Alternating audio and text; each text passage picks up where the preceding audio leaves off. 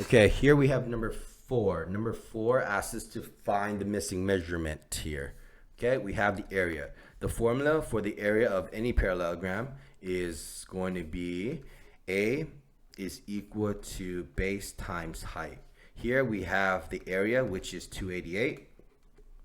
We have the base. No, we do not. That's B. And this is the height. H is equal to 8.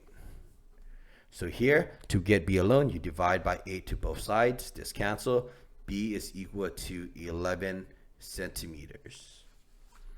B, same formula. Area equals to base times height. We have the base here, which is 5. The height is missing, but we have the area of 30. Plug in the 30 for the area. The base is 5. The height is unknown. We divide 5 to both sides because it's attached via multiplication.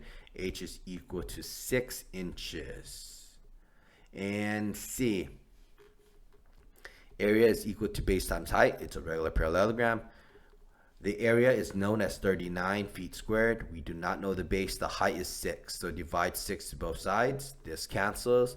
Base is equal to 39 divided by 6. I think that is a fraction. Yeah, 6.5 feet. Okay, so there you go. Just write the equation, label the pieces, plug it in, and solve for your variable.